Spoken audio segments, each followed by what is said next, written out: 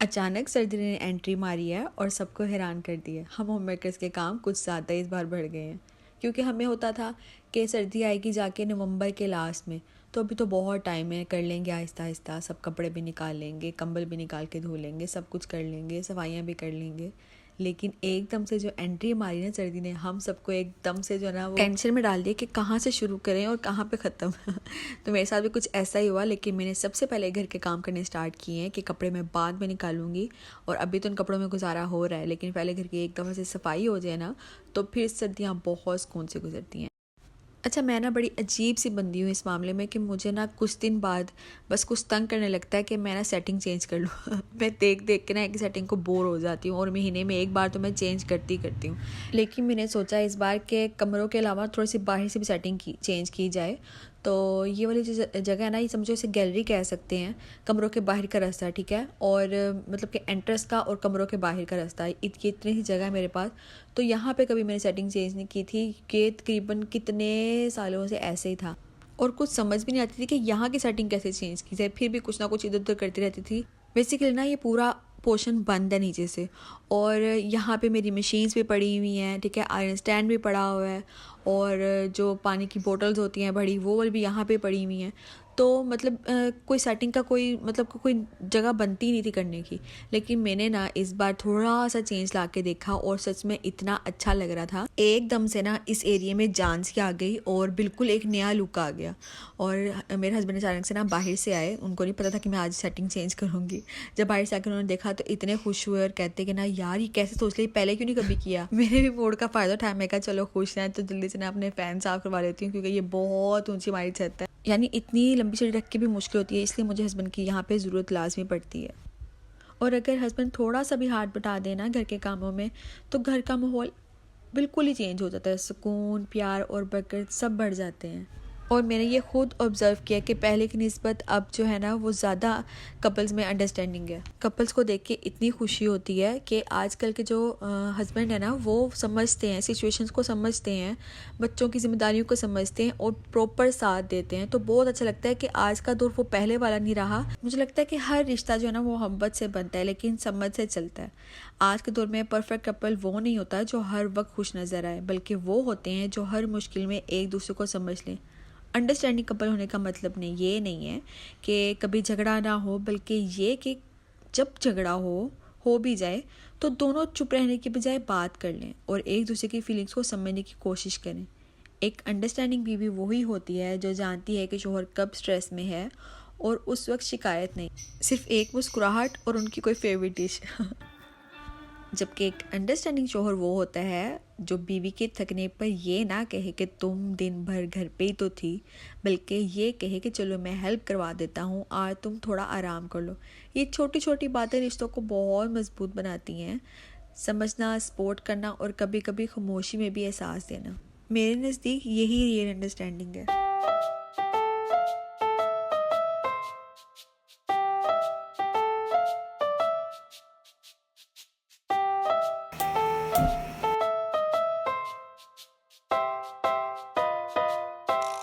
तो ये है जी सुबह सुबह का वक्त नेक्स्ट डे का, और मैं नाश्ता बनाने के लिए किचन में आ गई थी, और इतना सुकून सुकून फील हो रहा था। बहुत ही ठंडा ठंडा सा मौसम था। सर्दियों की सुबह ना एक अलग ही सुकून होता है। हवा थोड़ी ठंडी होती है, धूप थोड़ी सी नरम होती है, और दिल को लगता है जैसे वक्त बहुत आहिस्ता चल रहा है। सब कुछ इतना खामोश होता है ना, सिर्फ चाय की खुशबू, चिड़ियों की आवाज़ और तसल्ली का एक एहसास सा रहता है। इसलिए मुझे तो सर्दियाँ बहुत अच्छी लगती हैं। हाँ, ये है कि सर्दियों में हम थोड़े से लेज़ी हो जाते हैं। सर्दी का मतलब ये नहीं है कि सब कुछ रुक जाए, बल्कि थोड़ा जो है ना वो थोड़ा सा स्लो हो जाता है, और थोड़ा सा सुकून, थोड़ा सा स्मार्ट काम, इस सीज़न में काम करने का तरीका बदलना ही सबसे बड़ी स्मार्टनेस होती है। अब सवाल ये कि घर साफ़ कैसे रखें सर्दियों में बिना बर्डन के। तो सबसे पहला स्टेप ही ये है कि स्टार्ट जो है ना छोटी जगह से करें। पूरा घर एक दिन में साफ़ नहीं होगा और होना भी नहीं चाहिए। बस एक कॉर्नर, एक शेल्फ या एक रूम चूज़ करें। एक छोटी जीत जो है ना आपकी मोटिवेशन बन जाती है और अगले दिन के लिए आपका और काम करने का दिल करता है। कभी कभी ना साफ़ सुथरा फील तब तक नहीं फील होता जब तक कुछ नया ना हो। कुशन्स कवर बदल लें, बेडशीट थोड़ी सी कलरफुल ले लें, ये छोटी सी प्लांट पोर्ट टेबल पर रखते हैं, बस इतना सा चेंज हुआ ना वो एकदम से लुक चेंज कर देता है। यानी कि सेटिंग चेंज लास्ट में करनी चाहिए, जैसे कि आपको मैंने शुरू में दिखाया था। मुझे पता है मेरा घर छोटा है, बिल्कुल भी एस्थेटिक नहीं, देखने में भी शायद आप लोगों को अच्छा ना लगता हो, लेकिन मुझे बहुत प्यारा लगता है, मुझे बहुत अच्छा लगता है, क्योंकि घर कभी चीज़ों से नहीं बनता, जज्बातों से बनता है। छोटा घर हो लेकिन जो है ना वो आपका दिल बढ़ाना चाहिए, तो हर कोना सुकून देता है। दीवारें प्लेन हो सकती हैं लेकिन उन पर लगे हुए बच्चों के हाथ के निशान, लकीरें लगाई हुई, सब महंगी पेंटिंग से बहुत प्यारी लगती हैं। और सच तो ये है कि औरत को सबसे ज़्यादा सुकून तब मिलता है जब घर उसके अपने कंट्रोल में हो। चाहे छोटी सी किचन हो, छोटा लाउंज हो, वो सब कुछ उसके प्लान और मेहनत का नतीजा होता है। हर सुबह जब वो उठ के घर संभालती है, वो सिर्फ सफाई नहीं करती है, वो एक एनर्जी सेट करती है, एक मूड बनाती है जहाँ सब खुश रह सकें। हाँ, कभी कभी दिल चाहता है कि घर ज़्यादा बड़ा हो या कुछ नया सजाने का दिल करता है, लेकिन फिर एक चाय का कप लेकर ना वो अपने छोटे से सहन में बैठ जाती है या गैलरी में बैठ के सोचती है, यहाँ मेरी अपनी मेहनत की महक है और ये मेरे लिए काफ़ी है। छोटी जगह में भी सुकून मिल सकता है अगर उसे प्यार, नज़ाकत और पॉजिटिविटी से सजाया जाए। घर के लिए महंगी चीज़ें नहीं, अपना टाइम और अपना ख्याल चाहिए होता है। और सच कहूँ तो छोटी छोटी चीज़ें ही सबसे बड़ी खुशी देती हैं। एक साफ़ ग्लास टेबल, एक प्लांट कॉर्नर और एक हल्की सी खुशबू, ये सब मिलकर एक घर को एस्थेटिक बना देते हैं। लेकिन चाहे वो किसी भी पिंटेड जैसा बिल्कुल भी ना हो। तो चलिए हम अपने घर को महंगा नहीं बल्कि मीनिंगफुल बनाते हैं, चीज़ों से ज़्यादा जज्बात सजाएं और सबसे इम्पोर्टेंट अपने सुकून को महसूस करें, क्योंकि घर की असल खूबसूरती महंगी चीज़ों में नहीं, एक खुश औरत के दिल में होती है।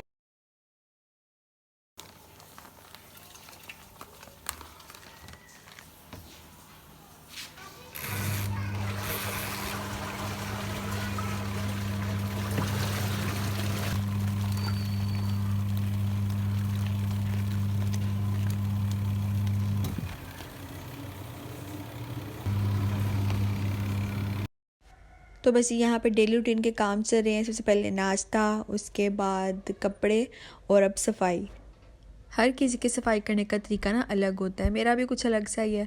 मुझे मॉबिंग करने से ज़्यादा फ्लोर्स पे जो है ना इनको धोना सही लगता है, क्योंकि धोने से ना अच्छे से क्लियर हो जाता है और उसके बाद 2-3 दिन जो ना वो बहुत सुकून से गुजरते हैं, बिल्कुल भी गंद नहीं ज़्यादा बनता। हाँ, अगस्त के मौसम में जो है ना वो बहुत मुझे मुश्किल होती थी, तब मॉबिंग करनी पड़ती थी, क्योंकि फ्लोर जो है ना वो जल्दी सूखते ही नहीं अगर धो लो तो। और एक अजीब सी चिपचिपाहट, और मतलब कि वाइपर लगाने के बाद भी ऐसा फील होता है जैसे पता नहीं फर्श में क्या है, मतलब कि सही से धुल नहीं रहे कि क्या, चिकनाहट सी अजीब सा। मैं सर्फ भी डाल के देखा मैंने, जो है ना वो डिश वॉश लिक्विड से भी धो के देखा, जैसे हम बर्तन धोते हैं उससे भी धो के देखे। तो मतलब है कि वो मौसम ही ऐसा होता है, तो वो हर जगह पे ऐसा फील हो रहा होता है। तो खैर जी, अब मौसम चेंज हो गया है, अब जो है ना वो हर काम करने का दिल भी करेगा और अच्छे अच्छे खाने बनाने का और खाने का भी दिल करेगा। और यहाँ पे मैंने बनाई थी अपने लिए एक मज़ेदार सी कॉफ़ी। इतना ज़्यादा काम करने के बाद अपने आप को ट्रीट देना तो बनता ही है। वैसे तो कभी कभी चाय पीती हूँ और कभी जब बहुत दिल करे तो कॉफ़ी भी बना लेती हूँ। तो आज अपने लिए कॉफ़ी बनाई थी और बहुत ही मज़ेदार सी कॉफ़ी बनाती हूँ मैं। इस तरह से पहले इसको बीटर से बीट कर लेती हूँ कॉफ़ी को अच्छे से, चीनी डाल के, और उसके बाद इसके अंदर दूध डाल के, और थोड़ी सी पास आइसक्रीम पड़ी होती है मेरे कभी में रखी होती है, वो भी इसके अंदर डालती हूँ। तो इतने मज़े की कॉफ़ी बनती है वो फल्ला, मैं आपको क्या बताऊँ। कभी आप भी इस रेसिपी से बना के ट्राई कीजिए और मुझे लास्ट में बताइएगा कि कैसी बनी थी। और महंगे महंगे रेस्टोरेंट में जाके पीने से अच्छा है कि बंदा अपने लिए घर में खुद बनाए, अपने आप को खुद ट्रीट दे। और जो घर में सुकून आता है ना, मुझे नहीं लगता हमें किसी कैफ़े में कहीं और आ सकते हैं। हाँ, कभी कभी आप आउटिंग के लिए जा सकते हो, लेकिन मुझे तो ज़्यादा जो सुकून आता है ना, शायद अब वो इस एज में हम आ रहे हैं कि अब आपको जो है ना वो घर ज़्यादा सुकून देता है। तो खैर जी, कॉफ़ी पीने के बाद मैं थोड़ी देर आराम किया, अपना फेवरेट एक ड्रामा देखा, आजकल स्टार्ट किया हुआ है बिरयानी ड्रामा। आप लोग बताएं कि आप लोग ये ड्रामा देख रहे हैं, बहुत ही ज़बरदस्त है। और खैर जी, अब मैं बना रही हूँ बोंग।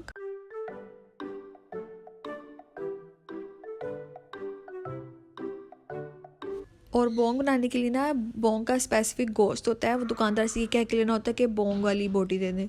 तो मेरे पास ये ऐसे साबित पीस थोड़ा सा पड़ा हुआ था, मैंने इसकी कटिंग की और इसको चढ़ा दिया, और सारे मसाले साथ ही प्याज, लहसुन, अदरक सब कुछ है ना वो इकट्ठा डाल के, और 2 बड़े मग तकरीबन पानी डालूंगी और साथ ही मैं ना इसके अंदर रख दूंगी ऊपर टमाटर, ठीक है, ताकि इसका छिलका आराम बाद में उतर सके। और उसके बाद मैं इसको तकरीबन भी 20 से 25 मिनट तक के लिए कुकर लगा दूंगी ताकि गोश्त अच्छे से गल जाए। बोंग की बोटी में ना अगर अच्छे से गली हो तो ही बहुत अच्छा इसका सालन लगता है। तो फिलहाल एक मिक की मैंने बड़ी बोटी भी डाली है ताकि उसके अंदर बहुत ही मज़े की मिक भी निकले, और साथ ही एक हड भी डाल देंगे। बस अब इसको अच्छे से कुकर लगा देंगे और इसको 20 मिनट के लिए पकने देंगे।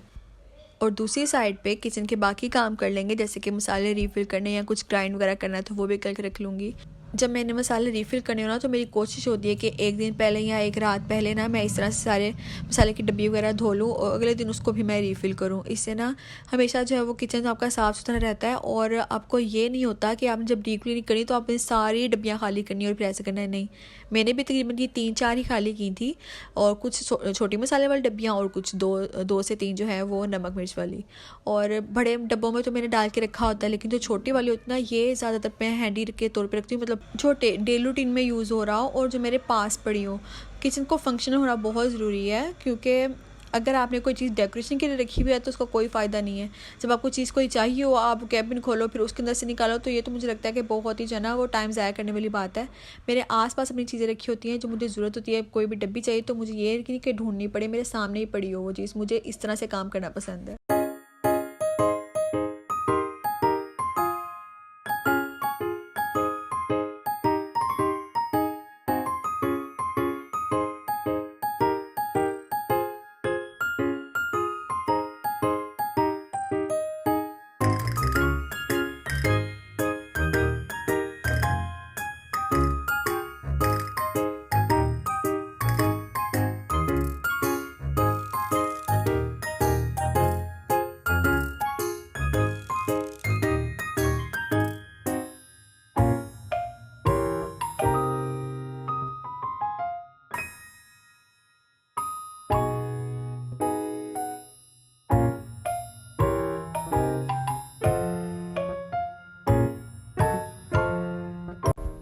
तो जी हमारे हो गए मसाले सारे रीफ़िल, और अब हम कर लेंगे इन टमाटरों को ग्राइंड। हाँ जी, आपने देखा होगा पिछले दिनों कितने महंगे टमाटर हो गए, 500 रुपये किलो, मतलब मजाक है 500 रुपये किलो।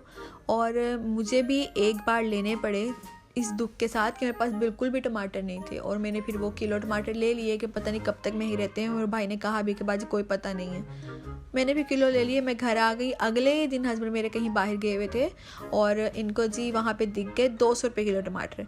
मेरे हस्बैंड ने तो फ़ौरन से ले लिया और घर लेके आ गए। खुश तो मैं भी हुई कि यार एक ही रात में इतना ज़्यादा कैसे डिफरेंस आ गया रेट में। और फिर मैं उठी, मैंने कहा चलो टमाटर जो है ना फ्रिज में उठा के रख दूँ। और जब शॉपर से टमाटर निकाले तो इतने नरम नरम, मैंने सोचा यार इसीलिए बस वो इतने सस्ते दे रहा था। बस मैंने सोचा था कि अगले दिन ने मैं इसको ग्राइंड कर लूँगी और सब फ्रीज़ कर दूँगी। तो इसीलिए फिर मैंने सारे टमाटर जो है ना वो इस तरह से फ्रीज़ करती हूँ। इस तरह से इनको क्यूब्स बना के फ्रीज़र में रख दूँगी। जब ये थोड़े से फ्रीज़ हो जाएंगे तो फिर मैं इसको एक डब्बे में शिफ्ट कर दूँगी। इस तरह से जो है तकरीबन मेरे 15 दिन तो सुकून से गुजरने वाले।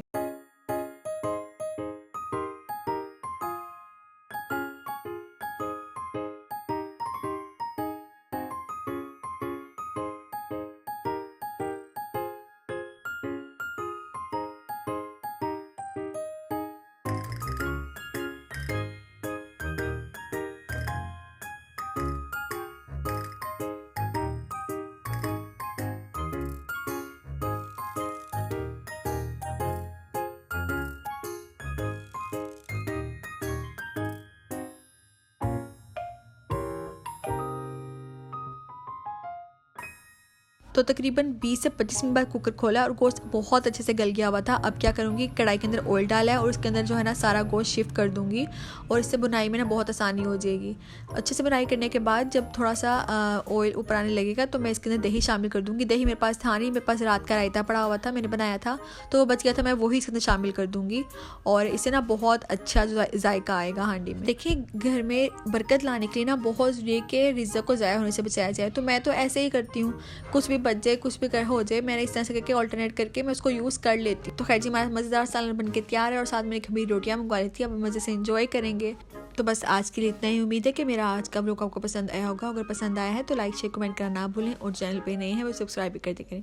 चलिए मिलती हूँ आपसे नेक्स्ट वीडियो में, तब तक के लिए स्टे कनेक्टेड। अल्लाह हाफिज़।